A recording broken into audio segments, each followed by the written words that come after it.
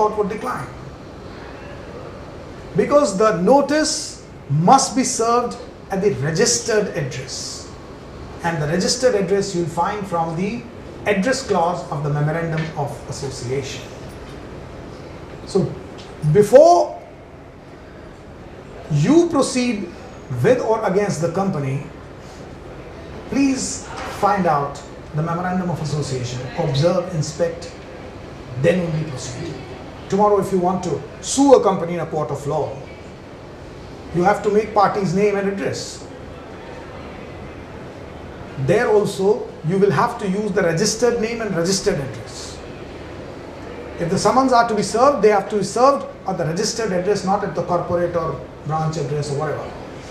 But that will be considered as not served. Third is object clause.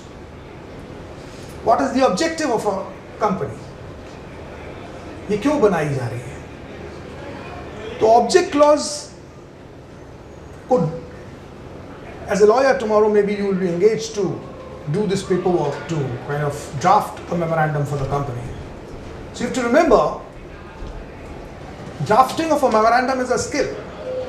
Because आप initially किसी एक objective को लेकर company बना रहे हैं, लेकिन फ्यूचर में अगर आप अपने बिजनेस को डाइवर्सिफाई करना चाहते हैं, दूसरे ब्रांचेस में भी अपनी दुकान खोलना चाहते हैं, और अगर मेमोरेंडम के ऑब्जेक्ट क्लॉज में वो बिजनेस नहीं है, तो आप नहीं कर पाएंगे. आपने ऑब्जेक्ट क्लॉज में समोसा लिखा है, और जब समोसा खाने ग्राहक आ रहा है तो कह रहा है सर चाय मिलेगी, फिर आपको रियलाइज हो रहा है हाँ यार चाय भी बनानी चाहिए. लेकिन अगर आप कंपनी में चाय बनाना चाहेंगे और ऑब्जेक्ट क्लॉज में नहीं लिखा हुआ है, then your chai will become ultra virus. Ultra virus to the memorandum of association itself. तो इस वजह से जब आप को एंगेज किया जाए as a lawyer to draft a memorandum of association, object clause को दो हिस्सों में डिवाइड किया जाता है, the main object and the subsidiary object. और सब्सिडियरी ऑब्जेक्ट में आप फ्यूचरिस्टिक बिजनेस के बहुत सारे प्रपोजिशंस को लिख के रखते हैं कि मेन ऑब्जेक्ट समोसा बनाना है, पर चाय भी बना सकते हैं. और जब आप देखेंगे किसी मेमोरेंडम को actually practically, which I expect you must start inspecting certain memorandums of companies, तो आपको कमाल कमाल की इंटरेस्टिंग चीजें पता चलेंगी. From the main object of making samosa, if you go in the subsidiary object, पता चलेगा that one of the object of the company is to make films also. Another subsidiary object, if you keep on searching, you may find that this samosa manufacturer one day intends to be an arms dealer also. वो तोप बनाना चाहता है. Because there is no limit what a company can do. So don't prohibit the possibility of a future business. So a good draftsmanship is that you continue to make a list of whatever possible under the sun that the company can do business. So that suppose future, if you want to diversify business or venture out into an area which is not your primary objective, you can do and does not become ultra virus to the object of the memorandum of association. Is that clear? Moving ahead, then comes the capital clause, which indicates what is the capital of the company. But remember, the capital clause of the memorandum of association will only indicate the nominal capital of the company and not the issued, subscribed and paid up capital. Because that is the capital which is like the boundary line of with which the company is beginning. And no company begins with an entire capital being issued. So a portion of that capital is actually issued later, subscribed and paid up. But that you will find somewhere else, not in the memorandum of association. resolution. In the memorandum of association, the authorized capital only is being found. What is the authorized capital of the company under the capital clause? Then comes the subscription clause. What is the subscription clause? Who are the promoters of the company? Under the subscription clause, there are signatures of those who have primarily formed the company, who incorporated the company. So by that, and those are the initial directors of the company, those promoters. So from that subscription clause, you come to know about the promoters and initial directors of the company. Now before we move forward, there's an important aspect which you must remember, that all these clauses can be altered. So all this is alterable, amendable. You can amend, you can alter. And there's a whole procedure for alteration of the clauses of memorandum prescribed, predominantly by passing a special resolution.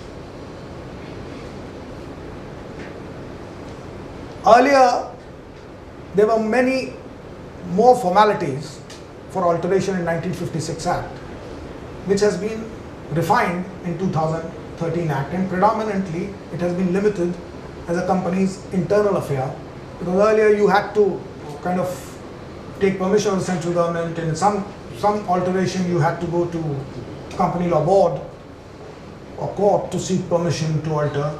All that has been now refined, and it has been rendered as an internal affair of the company to alter by passing predominantly a special resolution.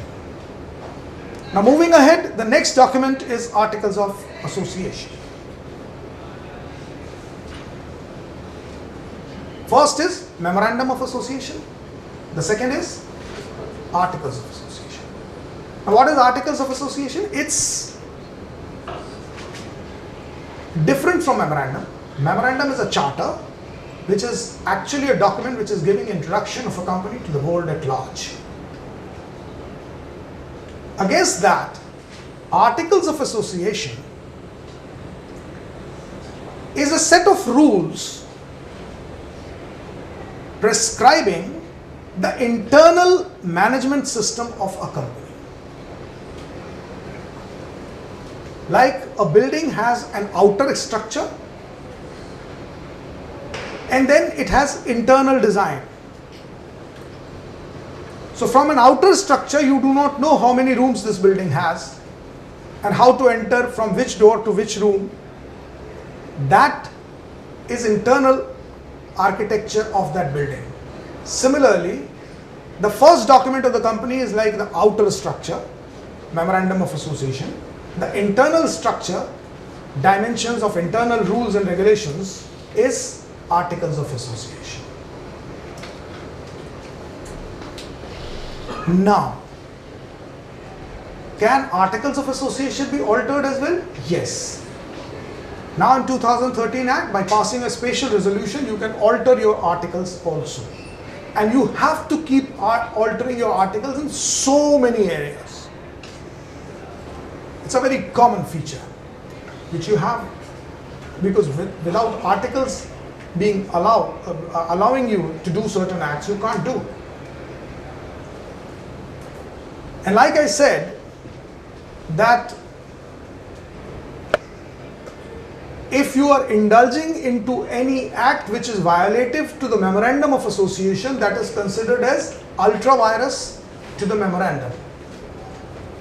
And that reminds me, that is a leading case of Ashbury Carriage Company versus Rish. Ashbury, A-S-H-B-U-R-Y. Ashbury Carriage Company versus Rish, R-I-C-H-E. What had happened in this company was that the company was, in the object clause of the company, the main business of the company was shown as laying as manufacturers of railway wagons. But they entered into a contract for laying down the railway track in Belgium. Later on, they rescinded the contract. When the matter reached to court, they took a defense that because why this contract was rescinded was because it was ultra vires to the memorandum. Object clause does not talk about laying down the railway track. It only talks about manufacturing of railway wagons. And the court upheld that yes, the contract can be terminated because the object clause does not talk about laying down the railway tracks. So that is where, by this Ashbury Railway Carriage Company versus Risch, a leading case, and the doctrine of ultra vires emerged. And please remember, doctrine of ultra vires is a very important doctrine. And the ultra vires can be ultra vires to the memorandum of association. Action of the company can be ultra vires to the statute, Companies Act, as well as the action of the company can be ultra vires to the articles of association also. Which year it was upheld? What? Belgium case. 1800. Right? Now, when you are dealing with a company, like I said, you have to go through these documents of memorandum of association. You also will have to go through the articles of the company. Because if you are entering into a contract with a company, you are expected to know the company. Like for example, if you are entering into a contract with another person, you are supposed to know that person. If you want to do a business deal with another individual, aren't you expected to know him? Or what is his solvency or financial position? Or for a marriage proposal, if two persons are to be married, aren't they supposed to know each other?